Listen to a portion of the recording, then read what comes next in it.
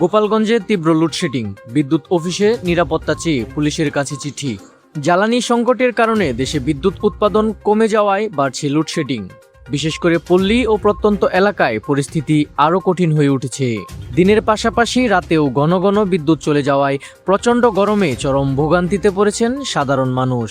গোপালগঞ্জ শহরেও বর্তমানে দীর্ঘ সময় ধরে বিদ্যুৎ না থাকার অভিযোগ করছেন গ্রাহকেরা। তাদের দাবি, কখন বিদ্যুৎ থাকবে আর কখন চলে যাবে তার কোনো নির্দিষ্ট সময়সূচি পাওয়া যাচ্ছে না।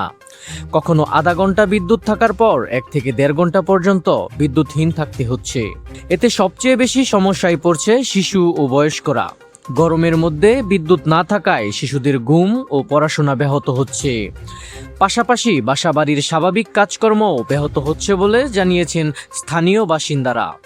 স্থানীয় কয়েকজন গ্রাহক অভিযোগ করে বলেন, আগে বিদ্যুৎ বিভ্রাট হলে অনেক সময় আগেই মাইকিং করে জানানো হতো, কিন্তু বর্তমানে কখন বিদ্যুৎ বন্ধ থাকবে সে বিষয়ে পর্যাপ্ত তথ্য পাওয়া যাচ্ছে না। বিদ্যুৎ বিভাগের কর্মকর্তাদের ভাষ্য অনুযায়ী জাতীয় গ্রিড থেকে চাহিদার তুলনায় কম বিদ্যুৎ বরাদ্দ পাওয়ায় গোপালগঞ্জে ঘন ঘন লোডশেডিং করতে হচ্ছে। ফলে স্বাভাবিক বিদ্যুৎ সরবরাহ বজায় রাখা কঠিন হয়ে পড়েছে।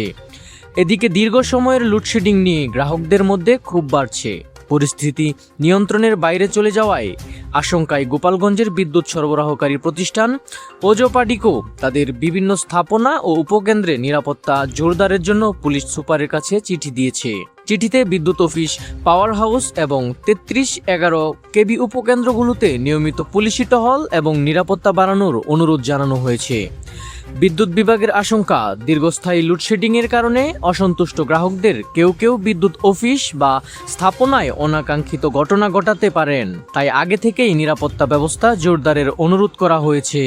সব মিলিয়ে একদিকে জ্বালানি সংকট ও কম বিদ্যুৎ উৎপাদন, অন্যদিকে তীব্র গরম, দুইয়ের চাপে গোপালগঞ্জ সহ দেশের বিভিন্ন এলাকার মানুষের দুর্ভোগ বাড়ছে।